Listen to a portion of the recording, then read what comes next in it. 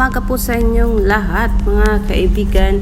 Alexander Alex the Juice nagbabalik para sa inyong morning update on My and Trata. Kamusta po kayo at kamusta po ang pakikipaglaban ninyo sa Idol Pick application?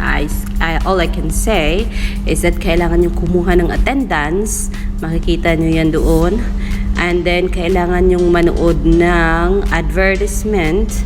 Doon kayo pipili sa pick para magkaroon kayo ng extra points for you to like May's photo and drop your votes. Pero until now, I am still struggling as to how to vote May sa Idol Pick na application na yan. But yan, yes, since matatapos ito in October 16 and it's continuous voting, after that we will still do what we can do para kay May and Trata. As of today, meron po ditong JS texting vote. Sabi niya, DM lang kayo kung need nyo ng tulong sa Idol Pick. Pero for now, I cannot work with her since may gagawin na tayo, mga kaibigan. Nam is having 4 days attendance sa Idol Pick. Ibig sabihin na she is collecting more points para makapag-like ng photo ni May sa Idol Pick application. Yes, May and Trata, ano nga ba ang update? I think May and Trata is now well. I think, mga kaibigan, kasi kahapon nabalitaan natin, hindi nga lang natin binigyan ng upload kasi we are not sure about it. Pero yes, today nakita natin na may nag-post na tapos na sila sa kanilang ginagawa, and she said it's a wrap. So if it's a wrap, ibig sabihin tapos na kasi kasama niya si May and Trata. So pasalamat tayo. Ang magandang balita dito ay okay na si Meridale at pwede na siyang maghada uli para sa kanyang hanap buhay. And so we are not stopping also to continue updating May and Trata's life dito sa ating syempre sa ating sa ating channel. What is Alexa doing? Nagsasabihin ng iba, ang makabugera, maapaw ang karisma, ang tunay kong ganda sa lahat na iiba. Ang makabugera. Yun, hindi naabot ni Alexa Ilacad ang Amakabugera. Ayun. Mga kaibigan, it's a video posting dito sa Twitter world. Amakabugera, her vocals, her stage presence, her charisma, her dancing skills, her beauty all in one. Alexa Ilacad. Let's listen to her. Ako'y nagiging ako na aking ginusta. Kayo naman!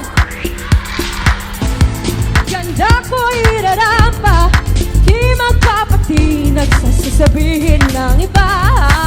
Ang makabugera, maapaw ang karisma, ang tunay kong ganda sa lahat na iiba. Ang makabugera, ang makabugera. Okay pa po ba kayong lahat? Gising pa ba kayo? Alam kong kanina pa kayo naghihintay. Kaya pala hindi niya maabot ang nota kasi napaus po ang isang Alexa Ilacad. Siguro sa kakadaming hada niya at sa daming mga events niya kaya naubusan ng boses ang isang Alexa Ilacad. Pero alam naman natin, ang galing din kumanta nitong si Alexa Ilacad at maganda ang timbre ng boses ng dalaga. Pero at this time, dahil paus siya, hindi niya naabot ang high notes. But then, thank you, Alexa. Hintay, maraming salamat po. Hindi niya naabot, mga kaibigan, ang high notes ni May and Trata. Pero pasalamat tayo kay Alexa Ilacad at kinanta niya ang Amakabugera nung pumunta siya sa Camarines Norte at nagkaroon ng artista meet and hindi ko alam kung ano nga ba yung basta nakita ko sa poster niya may artista. So yan, nakikipagkita si Alexa Ilacad, sa mga manunood na nag-antay ng napakahabang oras kagabi para lang maumpisahan ang show. At nag-post pa nga itong dalaga nang naghihingi ng pasensya dahilan sa may delay po ang kanilang concert show.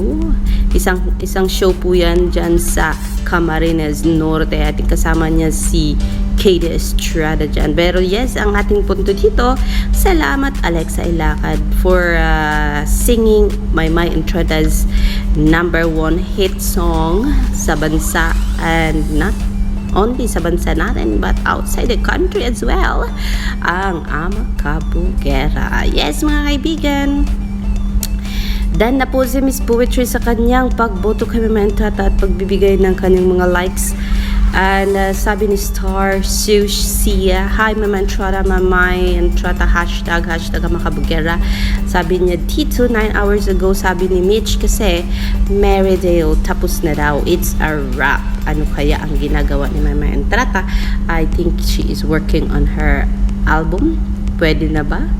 And sana makita na natin yan soon kasi meron siyang Wish guesting dyan. So kakanta siya ng live sa Wish FM uli.